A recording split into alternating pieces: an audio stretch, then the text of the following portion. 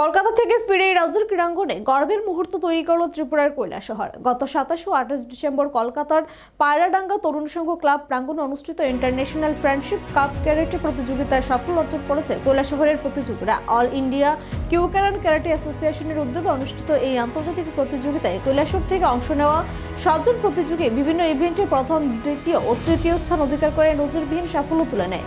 Russia ও নেপাল সহ একাধিক দেশের দক্ষ ক্যারাটারদের সঙ্গে কঠিন লড়াই করে এই জয় ছিনিয়ে এনেছেন তারা, যা রাজ্যের ক্রীড়ার ইতিহাসে এক গর্বের অধ্যায় হয়ে থাকবে।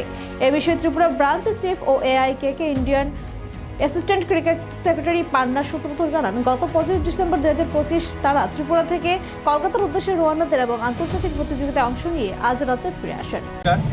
গত 27 এবং 28 ডিসেম্বর আমরা কলকাতার পায়রাডাঙ্গাতে ইন্টারন্যাশনাল টুর্নামেন্ট ছিল, যেখানে আমি আমার 7 জন স্টুডেন্ট নিয়ে পার্টিসিপেট করেছিলাম ওখানে।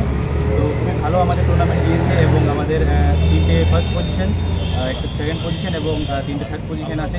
তো খুবই ভালো আমরা রেজাল্ট করে আসতে পেরেছি এবং ওখানে রাশিয়া এবং নেপাল সহ বিভিন্ন অন্যান্য কান্ট্রির প্লেয়ারদের সাথে আমাদের প্লেয়ার ওখানে বিট করেছে এবং খুব ভালো ফাইট করেছে। তো এটাই বলতে চাই, আমাদের কৈলাসহরের মতো জায়গায় এরকম প্লেয়াররা রয়েছে এবং খুব ভালো প্র্যাকটিসের মাধ্যমে ওরা ওখানে গিয়েছে এবং ভালো একটা রেজাল্ট নিয়ে এসেছে। সবাই আশীর্বাদ করবেন যাতে সামনের দিনে আরও ভালো রেজাল্ট করতে পারে।